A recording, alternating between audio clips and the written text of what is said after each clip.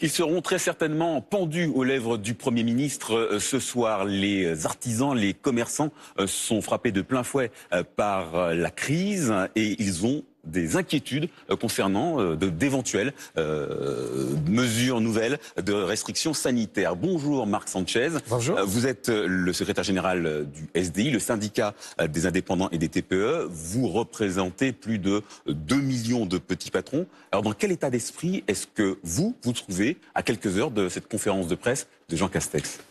Alors on est inquiet, dépité. Essentiellement par rapport à des constats qu'on a pu faire dans notre dernier baromètre, où on a vu effectivement que les pertes de chiffre d'affaires sur l'exercice 2020 pour les commerçants, pour les artisans, pour les professions libérales, tout secteur d'activité confondu, c'est de l'ordre de moins 30, moins 40% sur l'année. Alors il faut savoir que quand on parle d'une baisse de chiffre d'affaires, il faut savoir derrière l'impact que ça a, notamment sur le fait que beaucoup de dirigeants ne se sont pas payés pendant 3, 4, 5 mois et qu'effectivement aujourd'hui la coupe est pleine et que certains d'entre eux sont dans des situations de désespoir, voire même de révolte. On a pu le constater notamment chez les restaurateurs, chez les cafetiers, chez les hôteliers, qui amènent effectivement beaucoup d'attentes aujourd'hui dans le cadre de la conférence de presse du Premier ministre ce soir. Alors, une petite musique voudrait qu'on ne puisse pas échapper à un troisième confinement. Ce serait réellement dramatique. Oui. C'est quoi le scénario? Le scénario aujourd'hui, c'est au niveau de ces entreprises de déposer le bilan, de licencier leurs salariés dans un premier temps. Beaucoup ont commencé déjà ce type de procédure. Et pour les autres, effectivement, c'est le dépôt de bilan, notamment dans les secteurs dont j'ai parlé tout à l'heure, tout ce qui concerne le tourisme, l'hôtellerie, le café, la restauration. Mais on a aussi toute la partie événementielle, des photographes, des imprimeurs, les métiers du cinéma, du journalisme aussi, etc., etc., où il y a vraiment des catastrophes qui sont aujourd'hui en marche. Dans votre baromètre que vous avez évoqué tout à l'heure, les 3/4 des artisans se disaient mécontents de l'action du gouvernement.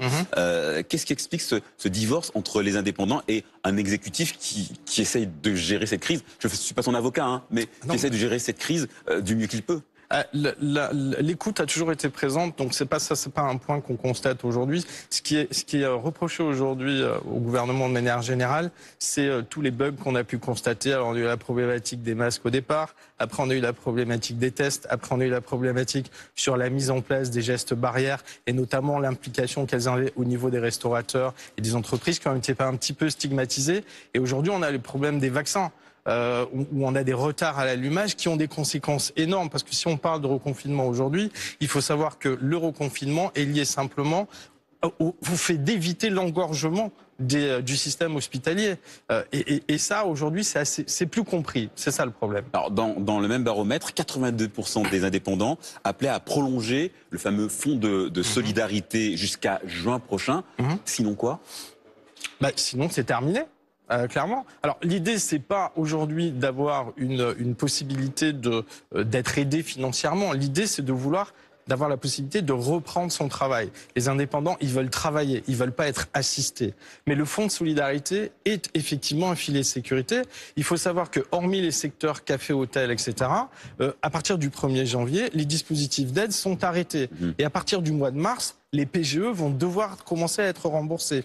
Les cotisations sociales des chefs d'entreprise vont devoir aussi être payées. Et ça, aujourd'hui, quand vous avez des pertes de chiffre d'affaires importantes et des pertes de marge, jusqu'à moins de 30% de pertes de marge, il y a une vraie inquiétude sur le fait de savoir comment on va faire. Alors justement, hein, la dette, c'est une vraie épée de Damoclès sur la tête de ces entrepreneurs qui ont souscrit des PGE, qui doivent payer des charges fixes.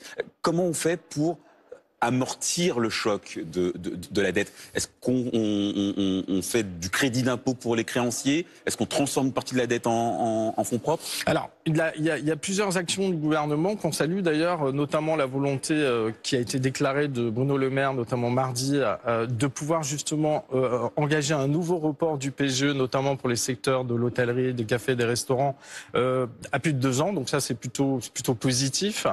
Le PGE en lui-même est prolongé en termes de demande jusqu'au mois de juin. mais pour autant, les entreprises ne sont plus dans la logique de contraction des PGE. C'est-à-dire qu'à un moment où vous avez, on va dire, largement utilisé les PGE, d'ailleurs, essentiellement pour des besoins de trésorerie, on est dans une démarche où comment on va faire pour rembourser. Il n'y a pas 4 millions de solutions, c'est soit effectivement le report, soit le fait de pouvoir le reconstituer en fonds propres. Il y a des propositions qui ont été faites en ce sens, mais elles sont, à notre sens, pas suffisamment importantes pour impacter la reprise, parce qu'on ne sait pas aujourd'hui, et c'est ça le problème, on ne sait pas aujourd'hui quelle va être la reprise, à quel niveau.